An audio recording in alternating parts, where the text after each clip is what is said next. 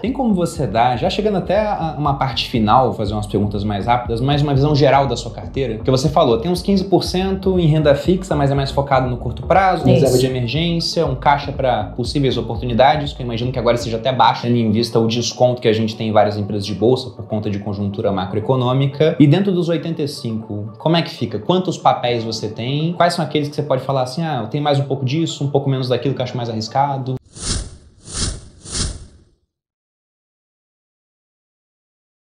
Por conta da conjuntura, nesses últimos 2 anos, eu acabei aumentando a minha exposição em seguros e bancos. Poxa, se subir taxa de juros, muito provavelmente num fundo aqui, as empresas que acabaram ficando descontadas foram justamente bancos e seguradoras. Então, naturalmente, buscando um yield interessante e um preço interessante, me expus bastante nesses 2 setores. Eu tenho praticamente 25% em cada um deles, 25% em bancos, 25% em seguradoras. Seguradoras eu tenho basicamente BB Seguridade, praticamente esses 25%. Nos bancos está bem dividido entre Banco do Brasil e Santander, são de longe as 3 maiores posições. E o resto está um pouquinho mais fragmentado nos outros setores. Telecom eu não tenho hoje, é um dos únicos setores do Best que eu não tenho hoje. Mas tenho ali Sanepar em saneamento, energia tenho Taesa, tenho bastante Taesa, gosto dessa coisa interessante de corrigir inflação nas receitas. AS Brasil, TRPL, algumas naturais de energia também. É basicamente isso. Você teria quantas 13, ações? 14 empresas. 13, 14 empresas? Você tem um número limite de exposição?